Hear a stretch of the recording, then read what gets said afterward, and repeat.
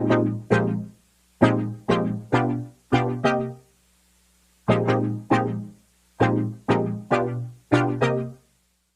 And welcome to Tech Affairs. मेरा नाम है सूरज और आज इस लेक्चर में हम बात करेंगे नासा के Boeing Starliner spacecraft orbital flight test 2 के पोस्टपोन के बारे में।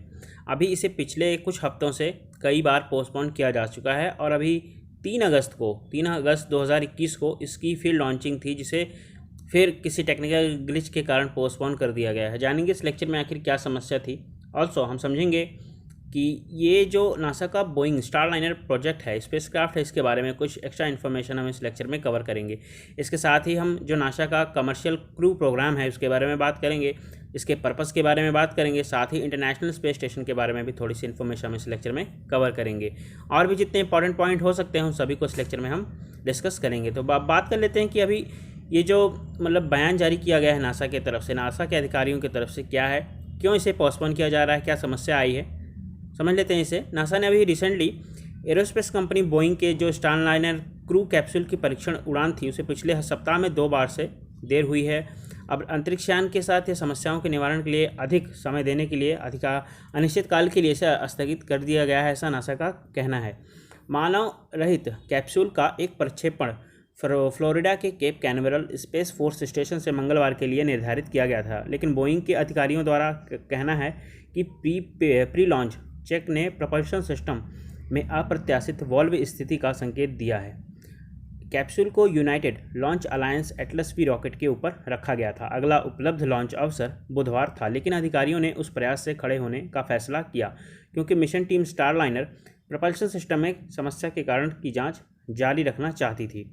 और इसी के साथ नासा का कहना है कि मिशन टीमों ने 52 मीटर लंबे एटलस वी और स्टारलाइनर को वर्टिकल इंटीग्रेशन फैसिलिटी में वापस लाने का फैसला किया है, जहां वे आगे के निरीक्षण और परीक्षण के लिए अंतरिक्षयान का बेहतर उपयोग कर सकते हैं। नासा और बोइंग ने कहा है कि इंजीनियर टीमों ने सॉफ्टवेयर सहित कई संभावित कारणों से इनकार किया है, लेकिन मूल्यांकन पूरा करने के लिए अतिरिक्त समय की आवश्यकता थी और स्टारलाइनर उड़ान भरने के लिए तैयार है। यह सुनिश्चित करने के लिए उन्हें हर समय इसे चेक करना होगा। बोइंग अंतरिक्षयान के लिए यह अभी तक का सबसे नई प्रॉब्लम है जिसे ये समझ रहे हैं, जिसे 7 चालक दल और यात्रियों को ले जाने के लिए डिज़ाइन किया गया था, जिसे पिछले सप्ताह में 2 बार से मानव रहित अंतर्राष्ट्रीय स्पेस स्टेशन यानी ISS में परीक्षण लॉन्च किया जाना था। इससे पहले शुक्रवार को लॉन्च करने के लिए निर्धारित इसे किया गया था, लेकिन रूसी लैब मॉड्यूल नौका के बाद इसे साफ कर दिया गया है कि जिससे अंतरिक्ष स्टेशन पर अफरा तफरी मची थी। अभी रिसेंटली आपको पता होगा कि जो रशिया ने अपना नौका मॉड्यूल लॉन्च किया था उसकी डॉकिंग में समस्या आ गई थी। वो डॉक सही से नहीं कर पाया था, 45 डिग्री पे उसे मुड़ना था तो वो कुछ ज़्यादा ही मुड़ गया था। इसके बारे में भी मैं आपको बताऊंगा कि क्या समस्या आई थी। तो इस वजह से भी जो बोइंग स्टारलाइनर स्पेसक्राफ्ट के जो इंजीनियर थे और अधिकारी थे उनने इसके चलते भी इसे पोस्टपोन किया है। ये भी एक कारण हो सकता है, लेकिन बेसिकली इसका जो कारण है वो यही है कि इसमें एक टेक्निकल ग्लिच आई थी। रूसी मॉड्यूल ने अप्रत्याशित रूप से अपने थ्रस्टर्स को निकाल दिया, जिसने अंतरिक्ष स्टेशन को अपने विशिष्ट अभिविन्यास यानी ओरिएंटेशन के बाहर 45 डिग्री तक झुका दिया था। इसको बताऊंगा अभी डिटेल में किस तरीके से ये हुआ था। दिसंबर 2019 में अंतरिक्षयान के एक निरस्त प्रारंभिक परीक्षण प्रक्षेपण के बाद स्टारलाइनर के प्रक्षेपण के प्रयासों को बोइंग के लिए खुद को बनाने के अवसरों के रूप में देखा गया था। नासा के अधिकारियों का कहना है कि एक सॉफ्टवेयर समस्या ने कैप्सूल को गलत कक्षा में भेज दिया है और यह पहुंचने में सक्षम नहीं था। मंगलवार को कंपनी के एक बयान में बोइंग के कमर्शियल क्रू के कार्यक्रम प्रबंधक जॉन वॉल्मर ने कहा कि मानव अंतरिक्षयान एक जटिल, सटीक और अक्षम्य प्रयास है और बोइंग और नासा की टीमों को अंतरिक्षयान की सुरक्षा और अखंडता सुनिश्चित करने के लिए समय लगेगा। यह हमारे मिशन के उद्देश्यों के लिए काफ़ी इम्पोर्टेंट है। अब बात कर लेते हैं आगे के कुछ पॉइंट्स की। यहाँ पर उससे पहले एक आप आर्टिकल देख लीजिए सीनेट का। NASA Boeing Starliner mission to ISS delay again, launch uncertain. इसके साथ ही अगर आपको इस लेक्चर की PDF चाहिए, डिस्क्रिप्शन में जाइए, टेलीग्राम चैनल को ज्वाइन कर लीजिए, वहाँ पर आपको सभी लेक्चर्स की PDF मिल जाएगी। ऑल्सो आप मुझसे कनेक्ट कर सकते हैं मेरे इंस्टाग्राम पेज पर, जहाँ पर आपको डेली बेसिस पर इसी तरीके की साइंस एंड टेक की अपडेट मिलती रहती हैं। और द न्यूयॉर्क टाइम्स का एक आर्टिकल है, NASA and Boeing postpone launch of Starliner spacecraft. इसी के साथ वॉल स्ट्रीट जर्नल, यानी कई सारे आर्टिकल इस पे छपे हैं, आप देख सकते हैं। Boeing Starliner flight was postpone, what happen now. तो अब जान लेते हैं इसके बारे में थोड़ा सा और। हाल ही में बोइंग के बिना चालक दल वाले Starliner orbital flight test 2 OFT-2 का प्रक्षेपण एक बार फिर से पोस्टपोन कर दिया गया है। अंतरिक्ष यान, जिसे क्रू स्पेस ट्रांसपोर्टेशन CST-100 कहा जाता है, इंटरनेशनल स्पेस स्टेशन के लिए एक मानव रहित परीक्षण उड़ान का हिस्सा था। यह मिशन नासा के कमर्शियल क्रू प्रोग्राम का भी हिस्सा था। इसके बारे में बात करें CST-100 की, तो यह अंतरिक्ष यान को लो अर्थ ऑर्बिट में मिशन के लिए 7 यात्रियों या चालक दल और कार्गो के मिश्रण को समायोजित करने के लिए डिज़ाइन किया गया है। इंटरनेशनल स्पेस स्टेशन के लिए नासा सेवा मिशन के लिए नासा द्वारा प्रायोजित 4 क्रू सदस्यों और टाइम क्रिटिकल साइंटिफिक रिसर्च तक इसे ले जाएगा।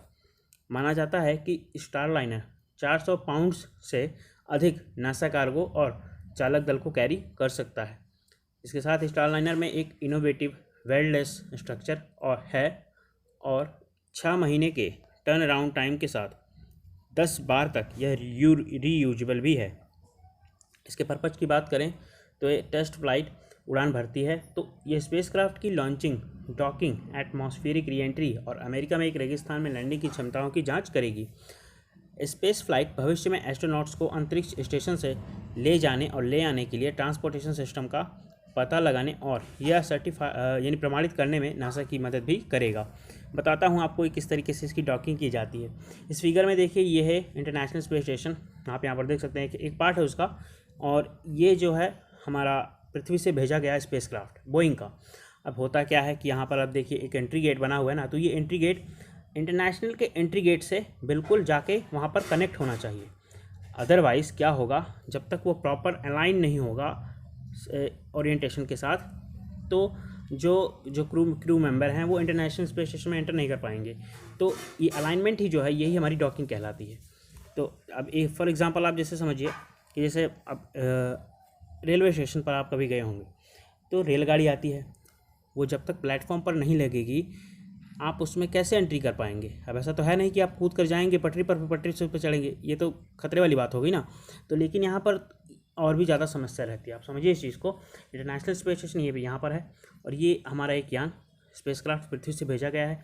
देख रहे हैं आप, प्रॉपर अलाइन हुआ है, और अलाइन होने के बाद ये कनेक्ट करता है इंटरनेशनल स्पेस स्टेशन से, यही डॉकिंग कहलाती है। पहले आगे बढ़ते हैं, बात कर लेते हैं कमर्शियल क्रू प्रोग्राम की। तो इसका मुख्य उद्देश्य अंतरिक्ष तक पहुँच को इसकी लागत के लिहाज से आसान बनाना है, ताकि कार्गो और क्रू को ISS से और अधिक साइंटिफिक रिसर्च को सक्षम करते हुए आसानी से ले जाया जा सके। इस प्रोग्राम के माध्यम से नासा ने बोइंग और SpaceX जैसी कमर्शियल पार्टनर्स के साथ उन्हें साझा करके अपनी लागत को कम करने की योजना बनाई है।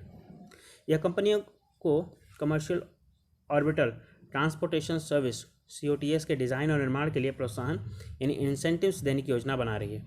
COTS एक नासा का कार्यक्रम है, जिसकी घोषणा 2006 में प्राइवेट कंपनियों द्वारा इंटरनेशनल स्पेस स्टेशन में क्रू और कार्गो की डिलीवरी के कोऑर्डिनेशन के लिए की गई थी।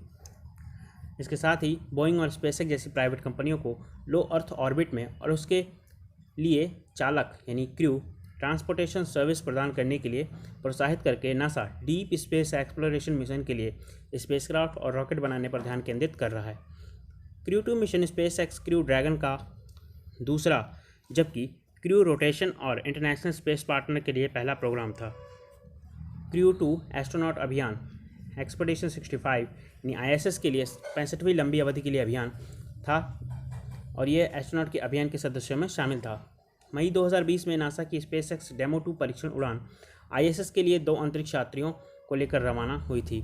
इस परीक्षण उड़ान यानी टेस्ट फ्लाइट का उद्देश्य यह देखना था कि क्या अंतरिक्ष यात्रियों को इंटरनेशनल स्पेस स्टेशन से आने जाने के लिए SpaceX कैप्सूल का नियमित रूप से उपयोग किया जा सकता है या नहीं। अब बात कर लेते हैं इंटरनेशनल स्पेस स्टेशन की। तो यह एक रहने योग्य कृत्रिम उपग्रह है। पृथ्वी की निचली कक्षा में यह अब तक की सबसे बड़ी मानव निर्मित संरचना है, जिसका पहला कंपोनेंट 1998 में कक्षा में प्रक्षेपित किया गया था। ये लगभग 92 मिनट में पृथ्वी का एक चक्कर पूरा कर लेता है और प्रतिदिन 15.5 परिक्रमा यह पूरी करता है। आप यहाँ पर देख सकते हैं, ये इंटरनेशनल स्पेस स्टेशन का एक चित्र, और ये जो है ये यहाँ पर डॉकिंग की जाती है, जो कि एक एंट्री पार्ट है इसका। ऑल्सो ISS कार्यक्रम 5 भाग लेने वाली अंतरिक्ष एजेंसियों के बीच एक संयुक्त परियोजना है जिसमें नासा, रॉसकॉस्मोस रूस और JAXA Japan, European space agency और कनेडियन स्पेस एजेंसी शामिल है। लेकिन इसका ओनरशिप और उपयोग इंटर गवर्नमेंटल ट्रीटी और एग्रीमेंट द्वारा स्थापित किया गया है। यह एक microgravity space environment research lab के रूप में कार्य करता है जिसमें चालक दल के सदस्य जीव विज्ञान, मानव जीव विज्ञान, फिजिक्स, एस्ट्रोनॉमी और मेट्रोलॉजी और अन्य क्षेत्रों में प्रयोग करते हैं। इसके साथ ही आईएसएस में निरंतर उपस्थिति के परिणाम स्वरूप पृथ्वी की निचली कक्षा में सबसे लंबे समय तक मानव उपस्थिति रही है। इसके 2030 तक काम करने की उम्मीद है। हाल ही में रूसी अंतरिक्ष एजेंसी रॉसकॉस्मोस ने अंतर्राष्ट्रीय यानी इंटरनेशनल स्पेस स्टेशन के लिए नौका नामक अपनी सबसे लंबी यानी सबसे बड़ी प्रयोगशाला को लॉन्च किया है। अगर आपको इस पर एक डिटेल वीडियो देखना है तो मैंने इस पर ऑलरेडी एक वीडियो बना दिया है, आपको इसका लिंक आई बटन पर मिल जाएगा। जितनी चीज़ें मैंने आपको बताई आई होप आपको समझ में आई होंगी। अगर आपको वीडियो पसंद आया तो इसे लाइक कर दीजिए, नए शेयर भी कर सकते हैं, नए हैं तो चैनल को सब्सक्राइब कर लीजिए। और अगर आप मुझसे जुड़ना चाहते हैं मेरे सोशल मीडिया हैंडल्स पर तो आप कनेक्ट कर सकते हैं मेरे इंस्टाग्राम और ट्विटर पर, जहां पर आपको इसी तरीके की डेली बेसिस पर साइंस एंड टेक की अपडेट मिलती रहती हैं। सो इसी नोट के साथ ये है इस वीडियो का and. Thank you for listening and have a great day.